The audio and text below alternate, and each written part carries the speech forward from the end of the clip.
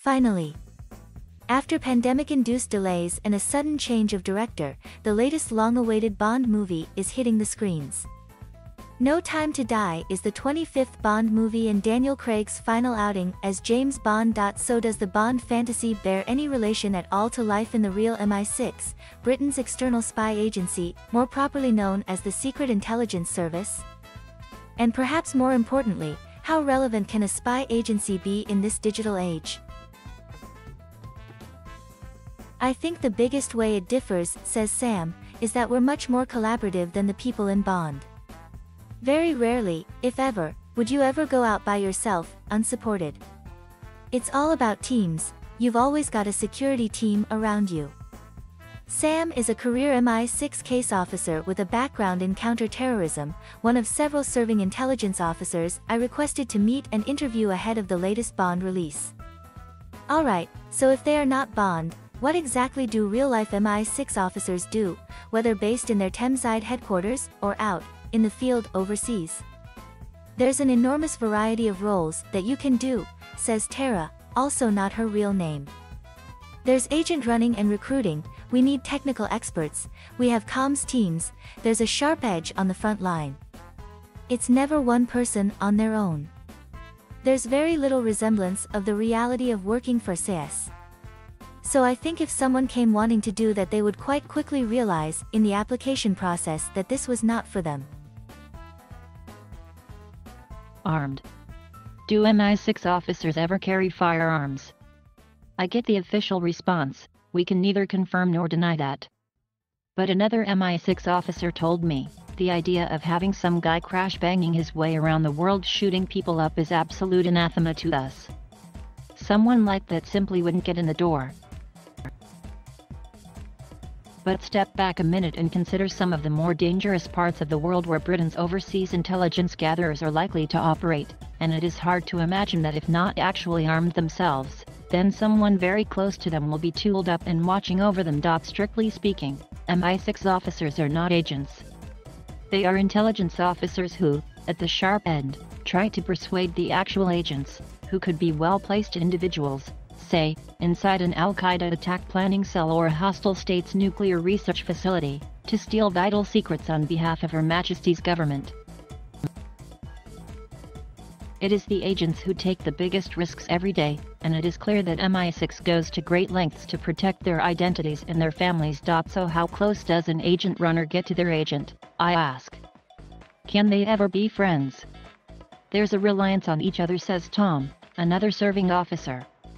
You're responsible for someone's life, so you say things to each other that they might not want to hear. You might have difficult conversations, but it's all about their safety.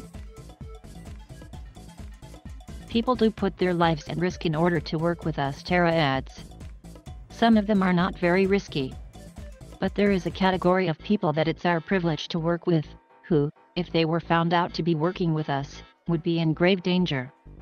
They could lose their lives, and we take that very seriously from the very first moment of interacting with that person.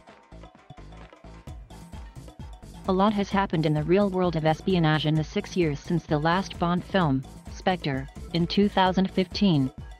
The Islamic State group's self-declared caliphate has come and gone. The deal to contain Iran's nuclear ambitions has all but collapsed, and China is making noises about taking back Taiwan. Plenty here to keep MI6 busy.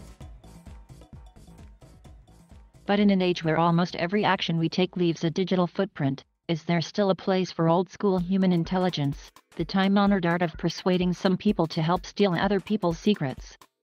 If you look at the sort of end-to-end life cycle of data to its actually being analyzed, says Emma, again not her real name, a senior in-house technical officer, there are people involved at every step of that process. And those are the relationships that we'll be building. Of course, we're working on harnessing all of those technologies to support our intelligence officers in the field. So is there an actual workshop full of gadgets deep within the bowels of MI6 headquarters in London's Vauxhall Cross? Yes, apparently. It's quite different to what we see on the films, Emma says. I have a much larger team of engineers working for me delivering new capability. And unlike in the films, we're not all wearing white coats and we don't all look like geeks. In terms of gadgets, We work very closely with intelligence officers to find out what they want. Nearly 60 years have passed since the first Bond film, Dr. No, in 1962, and a further 10 years beyond that since the author Ian Fleming first created this fictional character after working for naval intelligence. Since then, the shape of espionage has changed beyond recognition. There are officers at the upper echelons of MI6 today who began their careers in a time before either mobile phones or the internet, let alone social media. Records were largely held in physical safes and steel filing cabinets. Biometric data was not yet in use, and officially, MI6 did not even exist until 1994.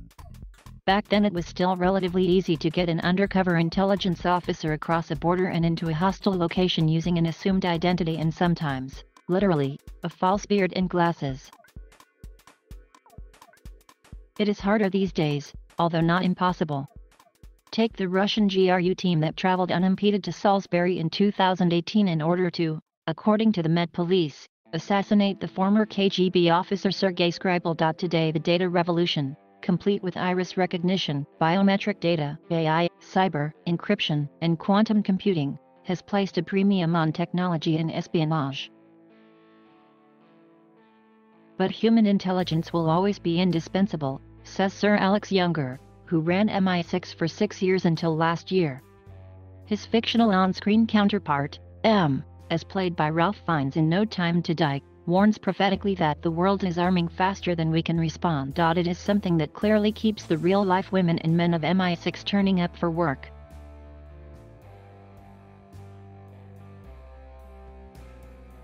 Thank you for watching. Please subscribe